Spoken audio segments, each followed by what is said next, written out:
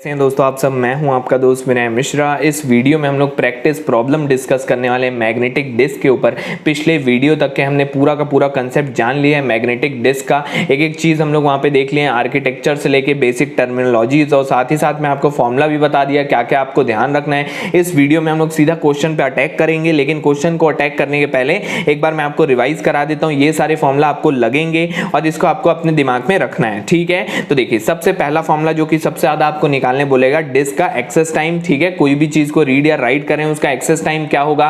कोई एक डेटा है हमारे डिस्क में, उसको रीड के या फिर राइट करने में कितना एक्सेस टाइम लगेगा, तो कैसे निकालते हैं भाई, अपने को पता है। सीक टाइम को प्लस मार देंगे रोटेशनल लेटेंसी के साथ, प्लस कर देंगे data transfer time, plus controller delay अगर दिया है तो उसको भी प्लस कर देंगे, क्यू डिले भी दिया है उसको भी प्लस कर देंगे, नहीं दिया ये दोनों तो इसको जीरो मान लेंगे, ठीक है। बहुत बढ़िया। अब एक एक करके आते हैं। यही अगर आपको एवरेज डिस्क एक्सेस टाइम बोल देगा तो भैया एवरेज सीक टाइम ले लेना है, एवरेज रोटेशनल लेटेंसी ले लेना है, और ये जो टाइम है ये तो एवरेज ही है, इसको कुछ करने की जरूरत नहीं है, ठीक है। कंट्रोलर डिले वो भी एवरेज ही बोल सकते हैं उसको, और ये भी अपना एवरेज ही है, ठीक है। तो अगर अपने को एवरेज डिस्क एक्सेस टाइम बोलता है तो average seek time plus average rotational latency कर देना, ये अपने को पता है, ठीक है। बहुत सिंपल है। उसके बाद फिर एवरेज सीक टाइम किस तरीके से निकाला जाए तो मैं आपको बताया था। अगर टी मेरा ट्रैक टू ट्रैक डिले है तो n-1/2 इंटू टी कर देंगे तो क्या मिल जाएगा, एवरेज सीक टाइम मिल जाएगा, ठीक है भाई, बहुत शानदार। उसके बाद डेटा ट्रांसफर टाइम ये कैसे निकाल सकते हैं, तो देखिए अगर आपने कंप्यूटर नेटवर्क पढ़ा है तो हम लोग बहुत जगह वहां पे लेंथ अपॉन बैंडविड्थ करके डेटा ट्रांसफर टाइम निकालते थे, DTT जिसको बोला जाता था,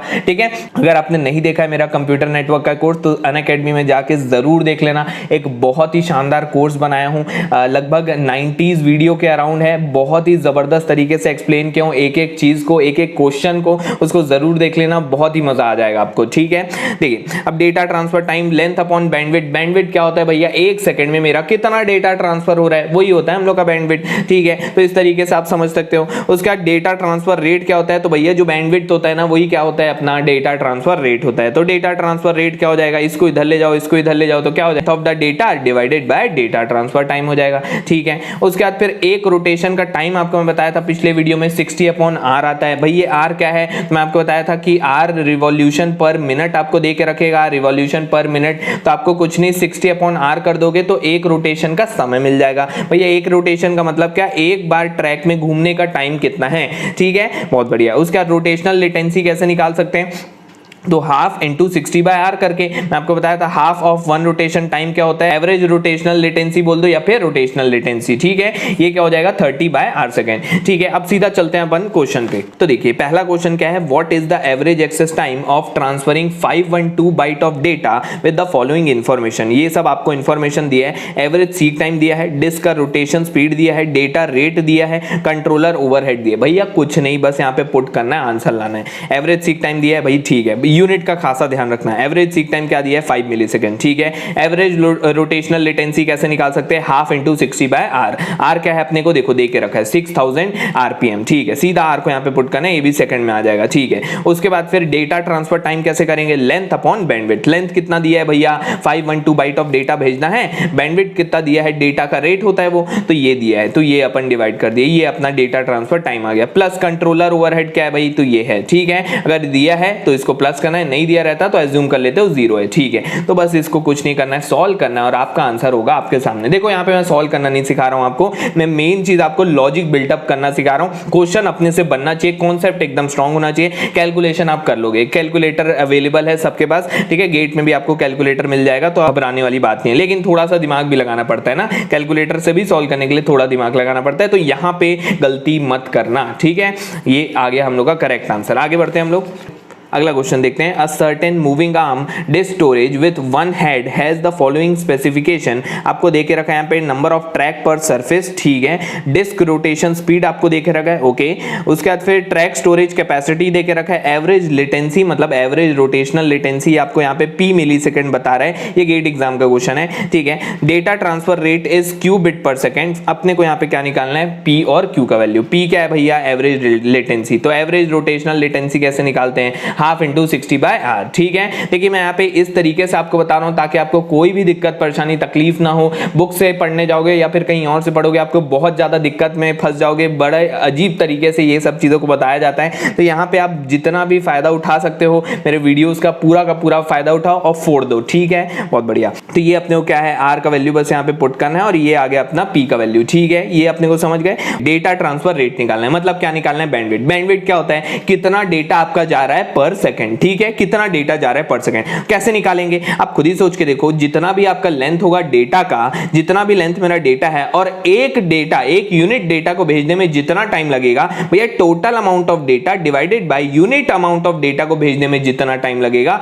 वही तो होगा मेरा बैंडविड्थ। ठीक है, कैसे निकालेंगे इसको सर, तो ये देखो आपको लेंथ दे के रखा है 62500 बिट। ठीक है, अपॉन अपन क्या कर देंगे, divide by data transfer time कर देंगे। कैसे करेंगे डेटा ट्रांसफर टाइम, भैया कुछ नहीं 60/r, यही तो है अपना डेटा ट्रांसफर टाइम। तो आप चाहो तो इस तरीके से फॉर्मूला भी रट सकते हो, लेकिन रटने का जरूरत क्या है, यहाँ पे बहुत सिंपल है। जो भी आपका लेंथ है divided by data transfer time क्या हो जाएगा, 60/r। तो ये 60/r इस तरीके से। ठीक है, तो ये लेंथ है, तो ये r क्या है अपना रिवॉल्यूशन पर मिनट वाला है और ये 60 अपना इस तरीके से। इसको सॉल्व करोगे बिट, ये बिट में है तो बिट पर सेकंड में आ जाएगा आपका आंसर। ठीक है, समझ गए, आगे बढ़ते हैं हम लोग। अगला क्वेश्चन देखते हैं। अ डिस्क हैज 19 सरफेस हैं and storage area on each surface has outer diameter आपको दे के रखा है ये, इनर डायमीटर आपको दे के रखा है ये, maximum recording storage density of any track is इतना और minimum spacing between track is इतना। कैलकुलेट करना है डिस्क का कैपेसिटी। तो यहाँ पे पुराने कंसेप्ट भी थोड़े आपके लगेंगे, तो अपने को कुछ भी भूलना नहीं है, बिल्कुल एज इट इज वैसा करना है। तो अगर आपको याद होगा, मैं आपको बताया था एक आध वीडियो पहले, नंबर ऑफ ट्रैक पर सरफेस कैसे निकाले थे अपन, डी अपॉन जो भी इंटर ट्रैक डिस्टेंस था, आपको याद आ रहा होगा।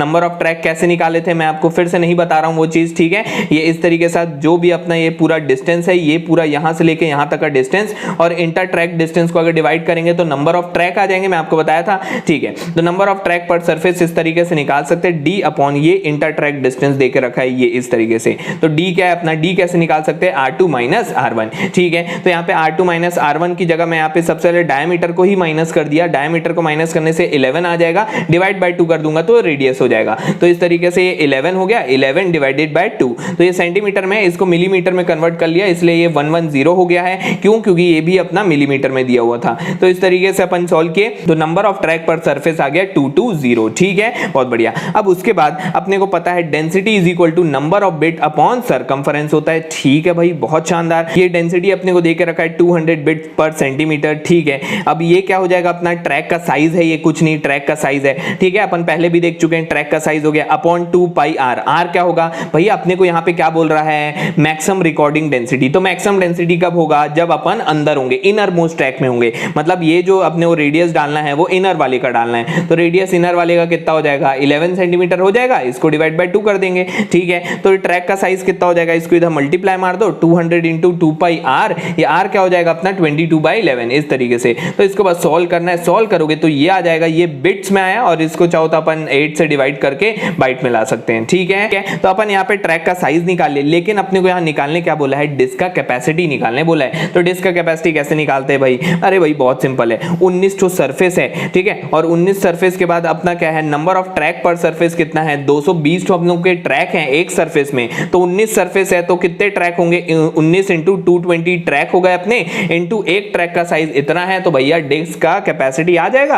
अरे भाई कुछ था ही नहीं इसमें। ठीक है, पुराने कंसेप्ट को बस यहाँ पे यूज किए। ठीक है, आइडिया समझ में, बहुत बढ़िया। आगे बढ़ते हैं हम लोग, और क्वेश्चन यहाँ पे जल्दी से डिस्कस कर लेते हैं, बहुत सिंपल है। देखो, consider a disk that rotate at 15,000 RPM and has a transfer rate of, ये आपको बैंडविड्थ देके रखा है, एवरेज सीक टाइम आपको डिस्क का देके रखा है is twice the average latency. मतलब एवरेज सीक टाइम जो है वो क्या है, 2 times the average rotational latency, ऐसा आपको दे के रखा है क्वेश्चन में। कंट्रोलर ट्रांसफर टाइम भी दे के रखा है is 10 times the disk transfer time. ठीक है, what is the average time in millisecond to read और write 512 byte of sector of disk. एक करके चलते हैं, तो ये अपने को दे के रखा है। ठीक है, इसका मतलब क्या, एक रोटेशन में कितना टाइम लगेगा, मैं यहाँ पे निकाल लिया, तुरंत निकाल लिया। ठीक है, seek time is equal to 2 times of average rotational latency, ऐसा क्वेश्चन में अपने को दे के रखा है। ठीक है, एवरेज रोटेशनल लेटेंसी कैसे निकालते हैं, 30/r कर देते हैं, 30/r या फिर जस्ट इसका हाफ कर दो। ठीक है, तो ये भी आ गया अपना, तो ये अगर आ गया तो एवरेज सीक टाइम भी आ जाएगा, ये 4 हो जाएगा। ठीक है, ये भी आ गया, एवरेज सीक टाइम आ गया, एवरेज रोटेशनल लेटेंसी आ गया। अब डेटा ट्रांसफर टाइम बस चाहिए,